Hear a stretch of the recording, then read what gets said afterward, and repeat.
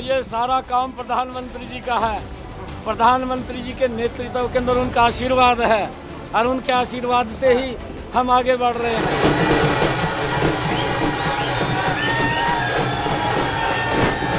जिंदगी का साथ निभाता चला गया।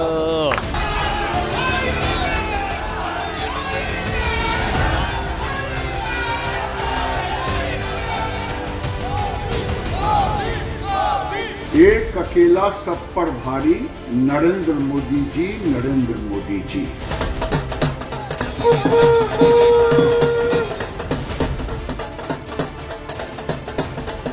परिणामों ने यह साबित कर दिया है कि ठोस काम को ही जनता आशीर्वाद देती है।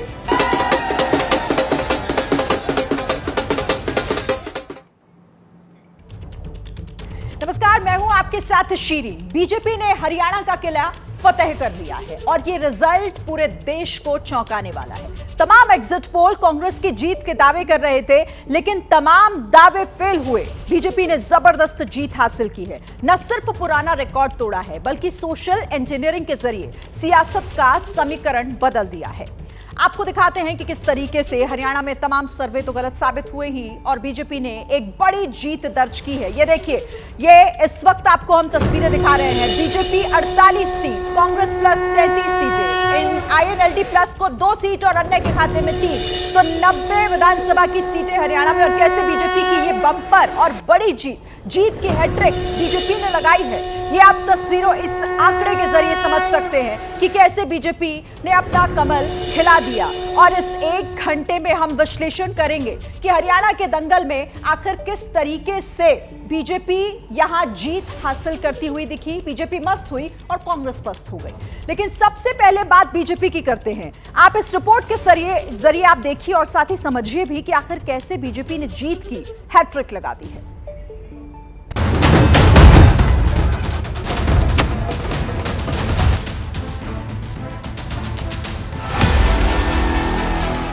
जब माहौल खिलाफ दिख रहा हो, 10 साल की एंटी इनकम्बेंसी की बात हो रही हो, तमाम एग्जिट पोल एक तरफा सत्ता बदलने की बात कर रहे हो, तब मिली जीत का मजा ही अलग होता है। दिल्ली से लेकर चंडीगढ़ तक भगवा रंग लहरा है, कार्यकर्ताओं का जोश हाई है, बड़े नेता भी जश्न में शामिल हैं, आतिशबाजी हो रही है, ढोल नगाड़े बज रहे हैं।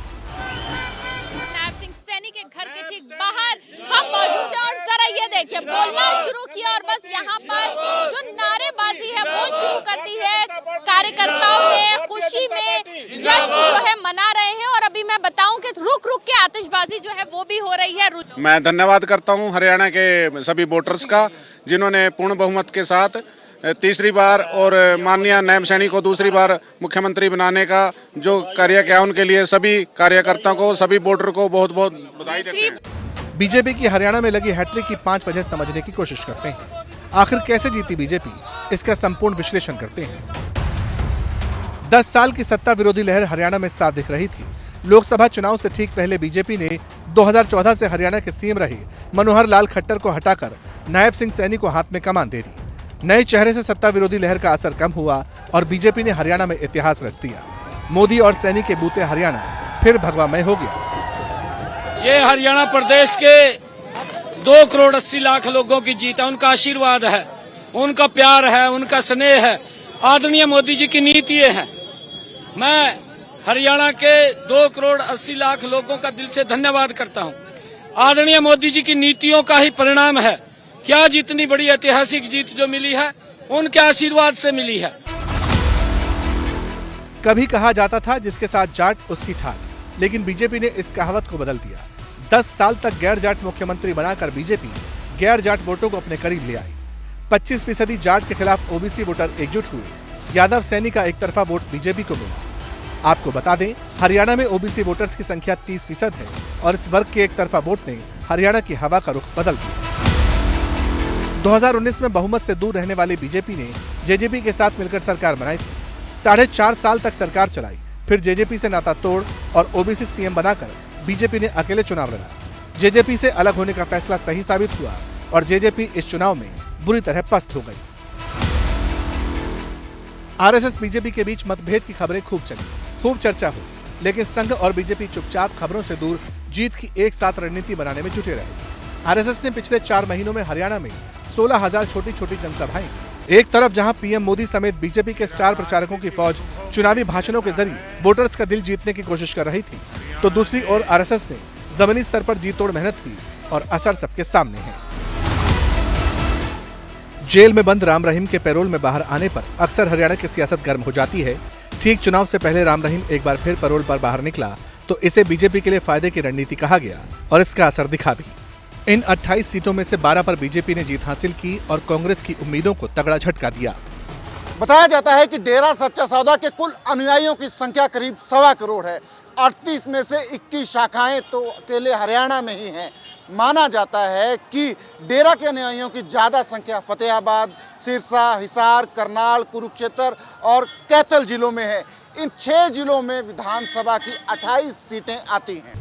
और देखिए हमारे साथ कई सहयोगी जुड़ गए हैं क्योंकि इस बड़ी जीत के बाद अब बड़े जश्न की तैयारी हो रही है, तो आपको तस्वीरें अलग अलग जगहों से दिखाएंगे। हमारे साथ अंकित गुप्ता बीजेपी मुख्यालय से जुड़े हुए हैं, मनोज्ञा लोईवाल बीजेपी मुख्यालय से हमारे साथ लाइव हैं और यहीं से निपुण सहगल भी हमारे साथ जुड़े हुए हैं, दिव्यांकर तिवारी भी हमारे साथ हैं और बलराम पांडे भी मेरे सहयोगी हमारे साथ जुड़े हुए हैं। सबके पास एक एक कर चलेंगे, लेकिन शुरुआत मनोज्ञा आपके साथ। अभी तक तो जश्न की तैयारियां हो रही थी, अब क्या हो रहा है? तस्वीरों के जरिए दिखाइए जरा कि किस तरीके का उत्साह कार्यकर्ताओं में। बिल्कुल आपने सही कहा, जिस तरह से ये इतिहास रचा गया है तो जश्न भी ऐतिहासिक ही होगा। जिस तरह से नारे लग रहे हैं, कार्यकर्ता यहाँ पर इकट्ठा हो गए हैं और एक ही नहीं, यहाँ पर दिल्ली ही नहीं बल्कि हरियाणा से भी कई सारे कार्यकर्ता आए हुए हैं जो यहाँ पर आकर बैठे हुए हैं और यही बता रहा है कि यहाँ पर कार्यकर्ताओं में कितना जोश है, कितना उत्साह है। हरियाणा से आए हुए हैं, जीत का विश्वास था? हाँ, मेरे को जीत का विश्वास था। आपको था? जी, जीत का पूरा विश्वास था। सबसे बड़ा श्रेय मोदी जी को। मोदी जलेबी बनाए हैं क्या? जलेबी जिस आदमी को इतना भी ज्ञान नहीं है कि जलेबी कैसे बनती है या सोना आलू से कैसे बन सकता है। ये आपको बता दूं, मैं यहाँ पर बहुत सारे कार्यकर्ता हैं एक साथ। आज कितना बड़ा दिन है, पार्टी ने आपकी इतिहास रचा। ये बहुत ही हमारे लिए अच्छा दिन है। ये छोटी दीपावली के तौर के ऊपर हम मनाएंगे। हरियाणा की जनता ने जो भारतीय जनता पार्टी के ऊपर विश्वास जताया, मैं चाहता हूँ कि यही विश्वास महाराष्ट्र। आपको कैसा लग रहा है?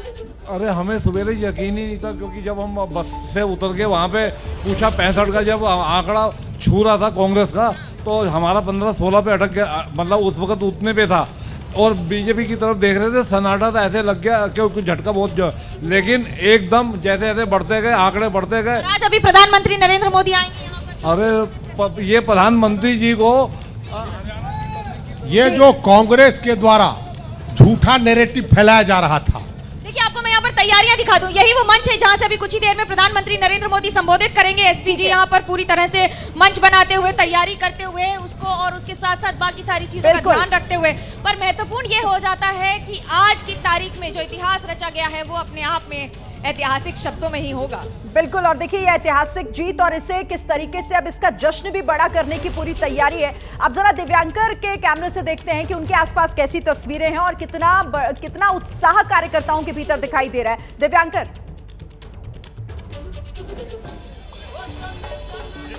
शिरीन, जश्न की जो तैयारियां हैं वो लगातार बढ़ रही हैं। कार्यकर्ता यहां पर पहुंचने शुरू हो गए हैं और तस्वीरें क्या हैं यहाँ पर आप देख पाएंगे। Modi is the boss, Shekhar Chahar Modi भक्त, तो इस तरह से प्रधानमंत्री मोदी की तस्वीर और सिर्फ मोदी इज द बॉस इस नारे के साथ यहाँ पर जो कार्यकर्ता है वो पहुंच रहे हैं। आप यहाँ पर देख पाएंगे धीरे धीरे कार्यकर्ताओं का जो हुजूम है, जो संख्या है वो लगातार यहाँ पर बढ़ रही है। जिस तरह से ये जीत हुई है और जीत को बड़े जश्न के रूप में मनाने की जो तैयारी है वो यहाँ पर बीजेपी की ओर से यहाँ पर शुरू हो गई है। आप देख पाएंगे कटआउट जो है वो यहाँ पर जो लगा है, प्रधानमंत्री नरेंद्र मोदी का कटआउट सबसे बड़ा लगाया गया। उसके साथ साथ जो कटआउट है बीजेपी के राष्ट्रीय अध्यक्ष जेपी नड्डा और इसके साथ साथ अमित शाह के भी कटआउट यहाँ पर लगाया गया। लेकिन सबसे बड़ा कटआउट जो है वो प्रधानमंत्री नरेंद्र मोदी का लगाया गया है और अब से कुछ देर बाद जो है वो धीरे धीरे जो बड़े बड़े कार्यकर्ता जो हैं वो यहाँ पर पहुंचेंगे। आप देख पाएंगे विनोद तावड़े जी। सर जस्ट आता हूँ ठीक है, तो दिल्ली बीजेपी अध्यक्ष वीरेंद्र सचदेवा जी हैं। सर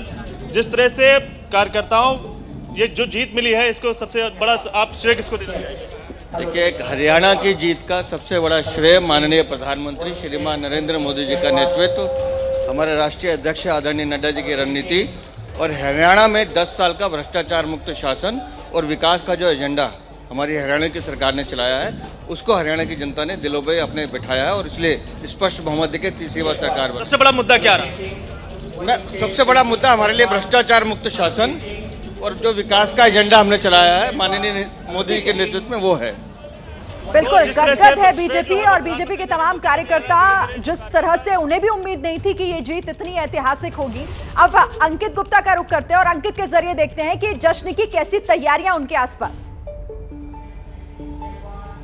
बिल्कुल शिरीन, देखिए बीजेपी के लिए जिस बात का आपने जिक्र किया ना कि तमाम नेता ऐसे थे जो शायद इस तरीके के आंकड़ों का इंतजार उनको नहीं था, लेकिन जो अब आ चुका है तो जश्न की पूरी तैयारियां। मैं कोशिश कर रहा हूं कि थोड़ी ऊंचाई से आपको बीजेपी मुख्यालय की तस्वीर दिखा सकूं, क्योंकि देखिए सामने जहां पर तैयारी है, जहां पर मंच तैयार किया गया है, प्रधानमंत्री नरेंद्र मोदी करीबन 7:30 बजे के आसपास पहुंचेंगे और कार्यकर्ताओं को और बीजेपी नेताओं को संबोधित करेंगे। और ये क्यों महत्वपूर्ण है, हमको ये भी समझना होगा, ये इस वजह से क्योंकि लोकसभा चुनावों में बीजेपी अपने दम पर पूर्ण बहुमत नहीं हासिल कर पाई थी। चर्चा ये होने लगी थी, विपक्ष ये हमलावर हो गया था कि देखिए बीजेपी का ग्राफ नीचे गिर रहा है। लेकिन हरियाणा में तीसरी बार लगातार चुनाव जीत करके बीजेपी अब ये बता रही है कि देखिए मोदी सरकार के ऊपर जनता का भरोसा अभी भी कायम है। और 2024 के लोकसभा चुनावों में एक नैरेटिव गढ़ा गया था विपक्ष के द्वारा जिसमें जनता फंस गई थी, लेकिन अब उसको समझ में आ गया है। लेकिन तस्वीरें दिखाइए सूरज, किस तरीके से यहां पर तैयारियां की गई हैं। कुछ ही मिनटों बाद यहां पर बीजेपी के राष्ट्रीय अध्यक्ष जेपी नड्डा पहुंचेंगे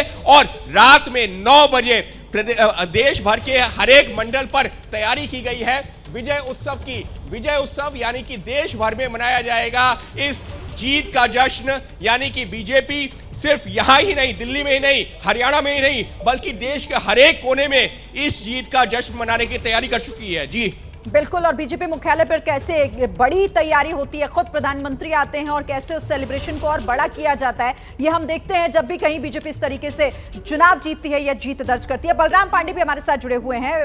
बलराम, आप बताइए, आपके आसपास जब आप कार्यकर्ताओं से बात कर रहे हैं तो वो इस जीत को लेकर कितने गदगद हैं, कितने उत्साहित हैं? बिल्कुल, देखिए जिस तरीके से बीजेपी ने हैट्रिक लगाई है हरियाणा में, उसको लेकर के जो कार्यकर्ता हैं उनमें काफी ज्यादा उत्साह और जोश देखने को मिल रहा है। और आप देख सकते हैं कि किस तरीके से यहाँ पर ढोल नगाड़ों की थाप पर जो कार्यकर्ता हैं वो गीत गाते हुए नजर आ रहे हैं, झूमते हुए नजर आ रहे हैं, क्योंकि उनके लिए ये ऐतिहासिक पल है जब उनके सीनियर लीडर उनके सामने होंगे, उन्हें संबोधित करेंगे। और आप देखिए लगातार यहाँ पर जो कार्यकर्ताओं का जोश है वो काफी ज्यादा हाई है, क्योंकि जिस तरीके से हरियाणा में इतिहास पार्टी ने रचा है उसको लेकर के अब आने वाले दिनों में महाराष्ट्र और दिल्ली में चुनाव है, तो कहीं ना कहीं जो कार्यकर्ताओं का जोश है वो काफी ज्यादा बढ़ा हुआ है। और इसका सीधा फायदा जो है वो भारतीय जनता पार्टी को मिलेगा चुनाव में। लेकिन जिस तरीके से कार्यकर्ता यहाँ पर मौजूद है, मुझसे क्या कहेंगे, इसको किस नजर से देख रहे हैं, क्योंकि इसके बाद महाराष्ट्र और दिल्ली में चुनाव है। मोदी जी के नेतृत्व में हरियाणा में किए गए काम की जीत है और राष्ट्र नेतृत्व की जीत है, कार्यकर्ताओं की जीत है। पूरे दमखम से काम किया कार्यकर्ताओं ने, जिसकी जीत पाई। और जो पीछे कुशासन रहा था और ऊपर जो खट्टर सरकार ने काम किया, मोदी जी का जो काम है राष्ट्रीय लेवल पे, जो सड़कों का जाल, सड़कों से जो सड़कें बनाई है उसका डेवलपमेंट। सबसे बड़ी बात यह है कि जो एग्जिट पोल हैं वो बीजेपी के खिलाफ थे, लेकिन जो नतीजे आए हैं वो बीजेपी के पक्ष में आए। एग्जिट पोल रियलिटी नहीं है ना जी, रियलिटी तो ईवीएम में डाली गई वोट रियलिटी है ना, उसी से हमारा जो रिजल्ट आता है ईवीएम में दी गई उससे रिजल्ट आता है। और भी कार्यकर्ता हमारे साथ हम उनसे बात करेंगे। क्या कहेंगे, इस जीत को आप लोग किस तरीके से सेलिब्रेट कर रहे हैं? इसको बहुत तरीके से सेलिब्रेट कर रहे हैं। बहुत भारतीय जनता पार्टी की ईमानदारी और खुशहाली से उसका ये जीत हुई है।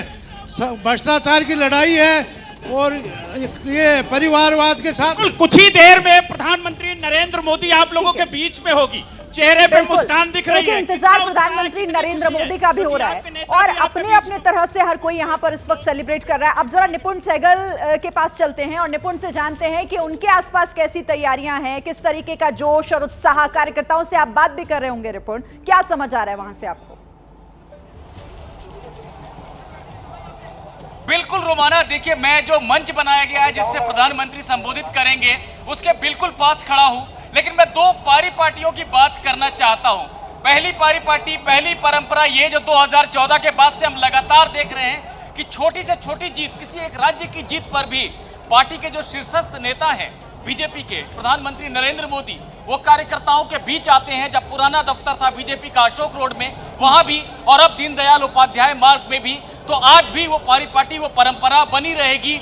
आज बीजेपी के लिए ज्यादा खुशी की बात इसलिए भी है कि हरियाणा उन राज्यों में से था जहां पर कहा जाता था कि सत्ता परिवर्तन होता रहता है चुनाव दर चुनाव। निपुण, मैं चाहूंगी कि आप जरा तस्वीरें भी दिखाइए, आपके आसपास इस वक्त क्या हो रहा है वो जरा तस्वीरें भी दिखाइएगा। बिल्कुल बिल्कुल बिल्कुल बिल्कुल बिल्कुल मैं तस्वीरों के माध्यम से आपको दिखाना चाहूंगा। सबसे पहले तो ये मंच है जहां से प्रधानमंत्री अब से करीब 1 घंटे के बाद लोगों से बातें करेंगे। पार्टी का ध्वज लहरा रहा है, पार्टी के कार्यकर्ताओं की भीड़ यहां पर लगातार बढ़ती जा रही है। और मैंने एक खास बात देखी, हालांकि अभी मेरे आसपास ऐसा कोई व्यक्ति नहीं है, लेकिन लगातार लोग जलेबी लेकर बांट रहे हैं।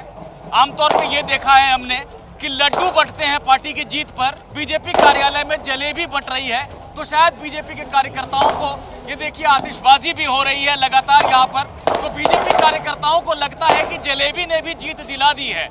और मैंने बीजेपी के कार्यकर्ता से बात की थी तो उन्होंने मजाकिया लहजे में कहा कि अब हरियाणा में जलेबी की फैक्ट्री नहीं लग पाएगी। तो बीजेपी ने इसको मुद्दा बनाने की आज चुहलबाजी का एक मौका जरूर मिल गया है बीजेपी के कार्यकर्ताओं को, और लगातार उत्साह से भरे हुए हैं यहाँ पर बीजेपी के कार्यकर्ता, और प्रधानमंत्री का बेसब्री से इस समय इंतजार कर रहे हैं पार्टी के सभी कार्यकर्ता। बिल्कुल, तो देखिए आतिशबाजियां भी शुरू हो गई हैं और किस तरीके का उत्साह आप सुन सकते हैं, समझ सकते हैं इन तस्वीरों को देखकर और कार्यकर्ताओं की बातों को सुनकर भी। और देखिए जिस तरीके से नतीजे और हरियाणा में जीत की हैट्रिक बीजेपी ने लगाई है, उसके बाद अब केंद्रीय गृह मंत्री अमित शाह का भी बयान सामने आया है। उन्होंने कहा है कि बीजेपी को सबसे अधिक वोट देने के लिए आभार उन्होंने जनता का व्यक्त किया और कहा कि राज्य के इतिहास में सबसे अधिक सीट बीजेपी ने जीती। जम्मू कश्मीर के नतीजों पर अमित शाह का ये पोस्ट, उन्होंने एक्स पर ये पोस्ट किया है, कहा है शांति और शान से मनाया गया लोकतंत्र का ये महापर्व, कश्मीर घाटी में लोकतंत्र जीवित हुआ।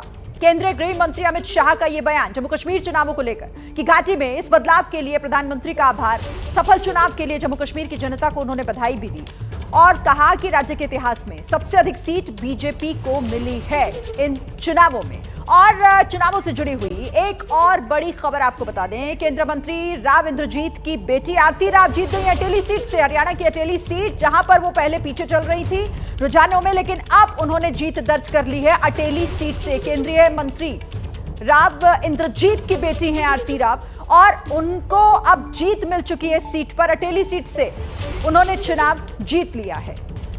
देखिए हरियाणा के इस चुनाव में जलेबी एक बड़ा मुद्दा बन गई। राहुल गांधी ने गोहाना की जलेबी का जिक्र अपनी चुनावी सभा में किया, जिसके बाद बीजेपी और कांग्रेस के बीच जलेबी को लेकर आर या पार शुरू हो गया। नतीजों वाले दिन पहले कांग्रेस की जलेबी की चर्चा रही और फिर जैसे जैसे नतीजे आने शुरू हुए बीजेपी की जलेबी ने बाजी मार दी। सोशल मीडिया से लेकर सड़कों तक सिर्फ जलेबी की ही चर्चा है।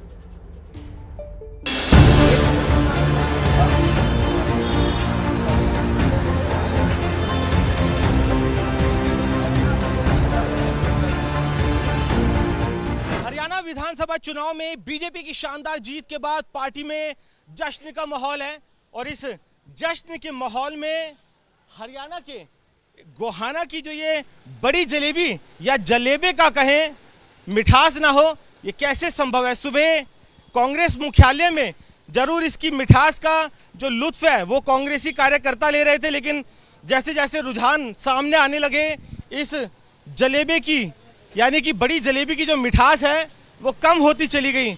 गोहाना के जो नाथूराम है, माथूराम, उनकी ये जलेबी पूरे हिंदुस्तान में मशहूर है। राहुल गांधी ने भी इसी बड़ी जलेबी यानी जलेबे का जिक्र किया था और इस शानदार जीत के बाद अब जो बीजेपी के कार्यकर्ता हैं वो जश्न इसी जलेबे के साथ मनाना चाहते हैं। इस दुकान के जो ऑनर हैं रमन, वो हमारे साथ मौजूद हैं। रमन, भारतीय जनता पार्टी की शानदार जीत और साथ ही आपकी इस बड़ी जलेबी का आनंद उठा रहे कार्यकर्ता। हाँ जी, बहुत ज़्यादा आनंद उठा रहे हुए, उनको बहुत पसंद है जलेबियाँ। वो जो भारतीय जनता पार्टी कार्यकर्ता है खूब जलेबी लेके गए हुए अभी दिल्ली मुख्यालय में तो वहाँ पर बहुत इंजॉय कर रहे हैं वे। आप ये कह रहे हैं कि पूरे हरियाणा के साथ साथ दिल्ली में भी जो पार्टी मुख्यालय है वहाँ पर इसी जलेबी का आनंद ले रहे हैं सब, इसी के साथ जश्न। बिल्कुल जश्न मना रहे हैं जलेबियों के साथ। बहुत ज़्यादा चल रही है जलेबी दिल्ली में। दिल्ली बीजेपी मुख्यालय से कितना ऑर्डर मिला है आपको इस जलेबी का? 100 किलो के करीब का ऑर्डर मिला था ये, वो हमने पूरा कर दिया, अभी जा चुके हैं वहाँ पर। कितना वजन होता है इसके अंदर और खासियत क्या है इसकी जो इतनी मशहूर है? तो ये देसी घी में बनती है, ये बिल्कुल लाइव बनती है, साथ ही साथ ताज़ा बिकती है, कोई कलर नहीं, कोई प्रिजर्वेटिव नहीं, देसी घी में होती है। और इसके टेस्ट भी बहुत लाजवाब होता है, क्रिस्पी भी होती है और सॉफ्ट भी होती है। क्रिस्पी मतलब बड़ी कुरकुरी होती है? हाँ, ऊपर से कुरकुरी होती है, अंदर से सॉफ्ट होती है, तो डबल टेस्ट होता है इसका। ये मेरे दादाजी लाला मातूराम जी ने सन 1958 में आविष्कार करा था इनका, और पहले भी अलग अलग स्टेटों में बहुत मशहूर थी जलेबी। राहुल इसको एक्सपोर्ट करने के लिए कह रहे थे, राहुल गांधी, कुछ विचार बना आपका? हाँ करेंगे लगाएंगे कुछ टेक्नोलॉजी, हो जाएगी एक्सपोर्ट भी। फिलहाल आपकी इस जलेबी का आनंद जो है वो बीजेपी के कार्यकर्ता लिए मोदी साहब आए थे रैली में, जब भी इन जलेबियों का जिक्र करा था उन्होंने। अभी कांग्रेस के राहुल गांधी जी आए, उन्होंने तो पूरी आईडी कर दी थी हमारी जलेबियों की। अकेली एक जलेबी का वजन करीब 250 ग्राम होता है, जिसके चर्चे न सिर्फ देश अब विदेश तक भी हैं। लोगों से ही बात करते हैं यहाँ पर कि कैसी उनको ये जलेबी लगती है, क्या वो अक्सर खरीदने के लिए आते हैं? सर, यहाँ सामान खरीदने पहुंचे हैं? लेना है भाई जलेबी। बिल्कुल। कब से ले रहे हैं यहाँ पर? यहाँ से तो भाई मेरे ख्याल पैदा होंगे, मेरी उम्र 52 साल होगी। अरे 28-30 साल की जब तो 100 मड़ी जब चलने लग रहे हैं भाई। और गजब की देसी घी की प्योर हूँ भाई, हरियाणा पूरी मैं सुन रही तो टेस्ट बहुत अच्छा है, बहुत बढ़िया प्योर देसी घी के भाई। राहुल गांधी आकर कह रहे थे एक्सपोर्ट करनी चाहिए, लेकिन खुद ही कांग्रेस गोल गोल जलेबी की तरह घूमती रह गई है। क्या कहेंगे हरियाणा में? भाई ये इनकी कमी रही होगी कुछ न कुछ, जो काम करेगा तो दिखेगा। जलेबी खाइए? हाँ खूब जी, यही का लोकल हूँ मैं तो। लोकल है? हाँ जी, ये सबसे पुश्तैनी दुकान ये है दादा की पुरानी।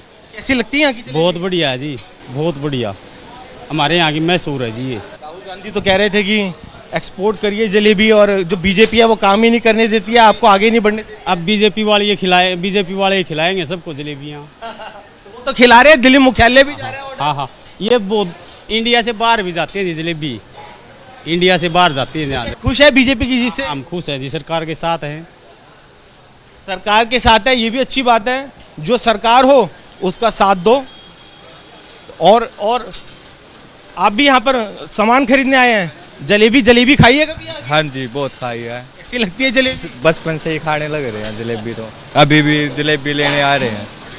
वोट डाला था इस बारी? हाँ जी, बीजेपी को डाला था। मैंने ये थोड़ी ना पूछा किसको डाला, लेकिन कांग्रेस तो कह रही थी कि जलेबी जो है एक्सपोर्ट होनी चाहिए, और जो काम नहीं करने दे रही है बीजेपी, इसलिए यहाँ पे दुकानदार परेशान है। नहीं, तो ऐसा तो कोई बात भी नहीं है। खुश हो आप? खुश है, बहुत खुश है, तभी तो जलेबी लेने आए हुए हैं। और बताओ, जिसकी सरकार है उसका नाम लेते रहो और उसी का साथ देते रहो, क्योंकि नतीजे तो सामने आ ही चुके हैं। लेकिन जलेबी की मिठास कम नहीं होगी, चाहे कांग्रेस जीते चाहे बीजेपी। सुबह कांग्रेस से ऑर्डर मिल रहे थे, क्योंकि कार्यकर्ता सोच रहे थे जीत उनकी होगी, लेकिन नतीजे रुझान आने लगे, उनके लिए मिठास कुछ कम हो गई। लेकिन अब बीजेपी मुख्यालय से यहाँ से ऑर्डर पहुँच रहे हैं। कैमरामैन सुनील के साथ वरुण जैन, एबीपी न्यूज़, गोहाना, हरियाणा। तो गोहाना की जलेबी का जिक्र राहुल गांधी ने चुनावों में किया था, लेकिन इस जलेबी का फायदा उन्हें मिल नहीं सका। आखिर कहां पर कांग्रेस चूक गई? कांग्रेस के हार की आखिर वजह क्या रही है? वो 5 वजह जल्दी से आपको बताते हैं। ये देखिए जिनकी वजह से कांग्रेस को हार का सामना करना पड़ा। पहली वजह, हुड्डा पर सबसे ज्यादा भरोसा किया। दूसरी वजह आपके सामने है, जाट बनाम गैर जाट के इर्द गिर्द ये पूरा चुनाव घूमता रहा। आपसी लड़ाई, आपसी मतभेद पार्टी के भीतर देखने को मिली। अग्निवीर किसान पहलवान का जो मुद्दा था वो भी फेल हो गया। तो ये वो तमाम मुद्दे हैं जो कांग्रेस के लिए हार की वजह बने। हुड्डा पर सबसे ज्यादा भरोसा, जाट बनाम गैर जाट, आपसी लड़ाई पार्टी की, अग्निवीर किसान पहलवान का मुद्दा फेल हुआ, और गारंटी पर जनता ने यकीन नहीं किया। तो ये 5 मुख्य वजह जिसकी वजह से हरियाणा में कांग्रेस अच्छा परफॉर्म नहीं कर पाई और नतीजे उस तरह से सामने नहीं आ पाए। देखिए हरियाणा में बीजेपी की जो ये जीत है उसके कई किरदार हैं। और नायब सिंह सैनी कैसे बने सिकंदर, आप ये देखिए, ये पर्दा हटेगा और उसके बाद वो आंकड़ा आपके सामने आएगा जो बताता है कि सैनी सिकंदर कैसे हैं हरियाणा के।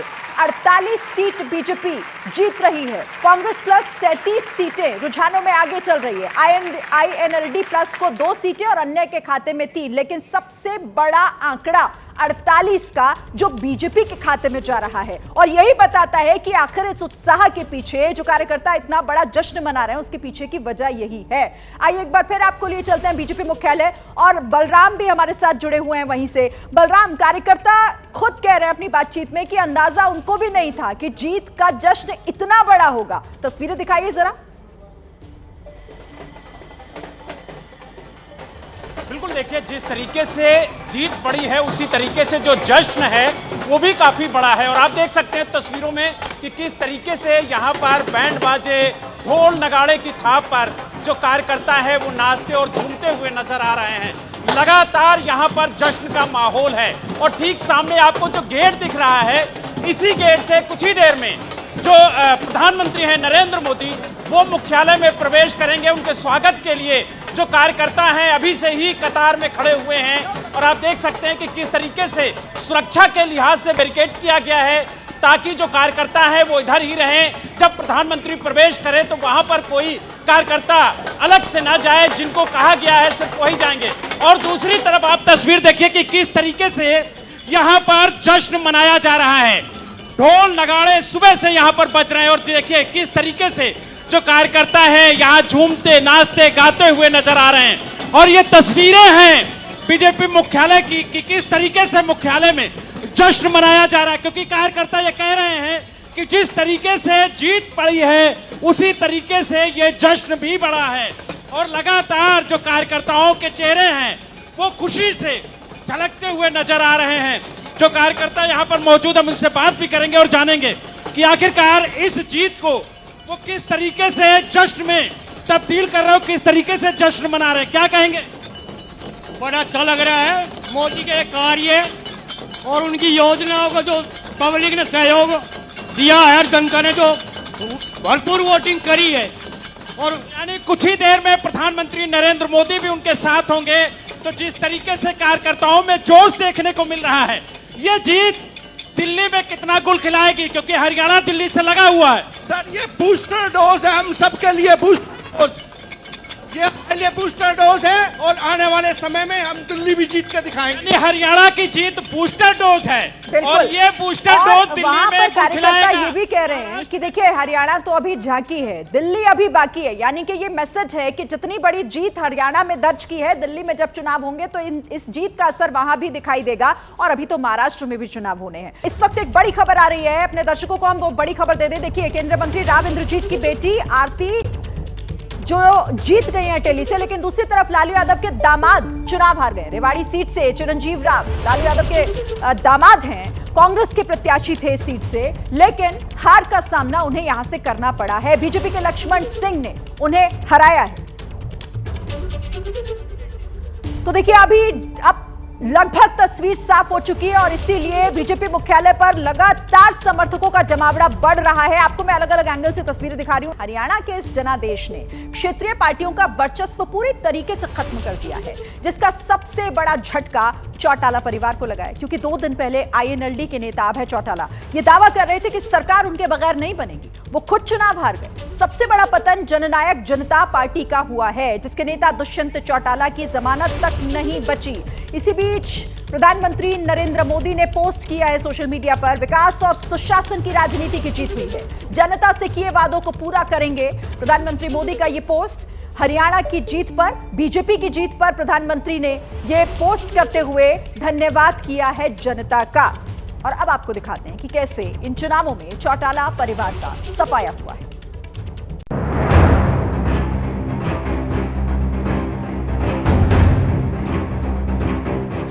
आदरणीय मोदी जी की नीतियों का ही परिणाम है कि आज इतनी बड़ी ऐतिहासिक जीत जो मिली है उनके आशीर्वाद से मिली है। बीजेपी के बारे में कहा जा रहा था कि सफाया हो जाएगा, लेकिन बीजेपी का प्रदर्शन बहुत दमदार रहा जो अभी तक आंकड़े हैं। कांग्रेस का प्रदर्शन अच्छा रहा है। हरियाणा में बीजेपी ने जीत की हैट्रिक लगा दी। कांग्रेस रुझानों को नतीजों में बदलने से चूक गई। हम पूरे बहुमत से सरकार बनाने जा रहे हैं, इंतजार कीजिए। पूरा भरोसा है कि आज दिन भर लड्डू भी और जलेबी भी खाने को मिलेगी। मोदी जी को भी जलेबी भेजने वाले हैं। लेकिन इस पूरी चुनावी लड़ाई में चौटाला परिवार की चौधराहट जमीन में चुनाव और जो नतीजे आए हैं वो वाकई काफी इंटरेस्टिंग और बहुत कुछ इस बार ऐसी चीजें निकलकर सामने आई हैं जिस पर बात करना भी जरूरी है। तो चौटाला परिवार का सफाया, लेकिन दूसरी तरफ कांग्रेस जिस कॉन्फिडेंस के साथ कह रही थी कि इस बार उनकी सरकार बहुमत के साथ बनती हुई दिखाई दे रही है, नतीजों में वो सारे दावे फेल हो गए और बीजेपी एक बार फिर वहां पर सरकार बनाती हुई, जीत की हैट्रिक लगाती हुई दिख रही है। लेकिन मैं क्यों कह रही हूं कि चौटाला परिवार का सफाया इस चुनाव में हुआ है, एक रिपोर्ट के जरिए आपको समझाती हूं।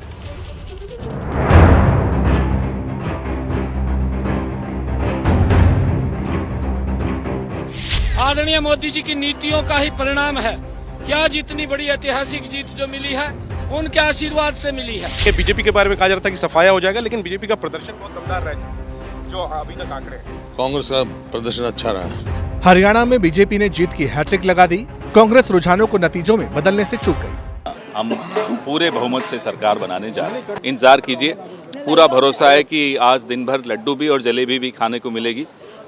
मोदी जी को भी जलेबी भेजने वाले हैं। लेकिन इस पूरी चुनावी लड़ाई में चौटाला परिवार की चौधराहट जमीन में धंस गई। हरियाणा का ये विधानसभा चुनाव चौटाला परिवार के लिए एक बड़ा सेटबैक ही कहा जाएगा, क्योंकि जो चौटाला परिवार पिछले 5 दशकों से हरियाणा में राजनीति की धुरी बना रहा, वो 2024 के विधानसभा चुनावों में बुरी तरह उखड़ गया। 2019 के विधानसभा चुनाव में जिस दुष्यंत चौटाला के हाथ में सत्ता की चाबी थी, 5 साल बाद उन्हें अपनी सीट पर जमानत तक बचाना मुश्किल हो जाएगा, ये किसने सोचा था। हरियाणा के इस चुनाव में सबसे ज्यादा सियासी पतन अगर किसी का हुआ तो वो है जेजेपी यानी जननायक जनता पार्टी। जेजेपी ने पिछली बार 10 सीट जीती थी, लेकिन इस बार वो खाता तक नहीं खोल पाई। लोगों ने ये समझ के वोट किया था उनको कि ये बीजेपी का विरोध करेंगे और हमारी बात रखेंगे आगे, लेकिन जैसे ही रिजल्ट आए और बहुमत नहीं मिला बीजेपी को, तो उन्होंने बिना किसी की सलाह लिए, जनता की, अपने वोटरों की, अपने एमएलएज की, वो जाके बीजेपी के साथ मिल गए। कोर वोटर बिल्कुल नाराज हो गया और वो सबक सिखाने के मूड में था और ये पहले ही लग रहा था कि इनका सुपड़ा साफ होने वाला है। हरियाणा में चौटाला परिवार की जमीन कैसे धसी ये सब बताएं, उससे पहले ये जान लीजिए कि हरियाणा की किन सीटों पर इस परिवार की साख दांव पर लगी थी। उचाना कला से दुष्यंत चौटाला, डब्बावाली से दिग्विजय चौटाला, एलनाबाद से अभय चौटाला, डब्बावाली से आदित्य और रानिया से अर्जुन चौटाला चुनावी मैदान में थे। हरियाणा की राजनीति में एक बात सालों से कही जाती रही है कि आप हरियाणा की राजनीति से चौटाला परिवार को नफरत कर सकते हैं, प्यार कर सकते हैं, लेकिन इग्नोर नहीं कर सकते। लेकिन 2024 के विधानसभा चुनावों में हरियाणा की जनता ने न सिर्फ चौटाला परिवार को नजरअंदाज किया, बल्कि बुरी तरह उखाड़ के फेंक दिया। क्योंकि नतीजों से 2 दिन पहले दिग्विजय चौटाला ये बता रहे थे कि कांग्रेस और बीजेपी की कितनी सीट आएंगी, लेकिन ये समझ नहीं पाए कि खुद का खाता तक खोलना मुश्किल हो जाएगा। बीजेपी जो है वो जा रही है। बीजेपी की बुरी पराजय प्रदेश में हो रही है। मैं डे 1 से कह रहा था कि बीजेपी भांप भी नहीं पा रही, समझ भी नहीं पाएगी जो उसके हश्र होगा। ये तो 20 सीट दिखा रहे हैं, मैं तो 20 भी नहीं मानता। दुष्यंत चौटाला 2019 में किंग मेकर बनकर उभरे थे। वो इस बार अपनी ही सीट पर 5वें नंबर पर रहे, यहाँ तक कि अपनी जमानत तक नहीं बचा पाए। दुष्यंत चौटाला के भाई दिग्विजय चौटाला डब्बावाली सीट पर 3रे नंबर पर रहे। उन्हें उन्हीं के चचेरे भाई आदित्य चौटाला से हार का सामना करना पड़ा। अभय चौटाला सिरसा की एलनाबाद सीट पर बड़े मार्जिन से चुनाव हार गए। ये आईएनएलडी के लिए किसी सेटबैक से कम नहीं, क्योंकि 2 दिन पहले अभय चौटाला ने अपनी और अपनी पार्टी के लिए जीत के बड़े बड़े दावे किए थे। आपकी पार्टी का क्या स्टैंड रहेगा? हमारी पार्टी का तो बताया मैंने, बहुत पहले ही बताया। हम सरकार बनाने वाले हैं, हम जाकर के समर्थन देने वाले नहीं, हम तो अपनी सरकार बनाएंगे। हालांकि उनके बेटे अर्जुन चौटाला सच में अर्जुन साबित हुए। उन्होंने रानिया सीट से चुनाव जीतकर चौटाला परिवार की साख बचाने की कोशिश की, लेकिन उनके दादा रंजीत सिंह इसी सीट पर निर्दलीय लड़कर चुनाव हार गए। ओम प्रकाश चौटाला ने अपना कैडर बनाया, पार्टी को एस्टेब्लिश किया, झंडा डंडा। और इसी बीच हरियाणा के नतीजों से जुड़ी बड़ी खबर, बीजेपी को बहुमत मिल गया है। हरियाणा के नतीजों में जो रुझानों में बीजेपी आगे चल रही थी, अब वो नतीजों में तब्दील हो चुका है। बीजेपी ने बहुमत हासिल कर लिया है, 46 सीटों पर जीत हासिल कर ली है और 2 सीटों पर फिलहाल आगे चल रही है। तो 46 सीटों पर जीत के साथ ही नतीजों में बीजेपी ने बहुमत हासिल कर लिया है।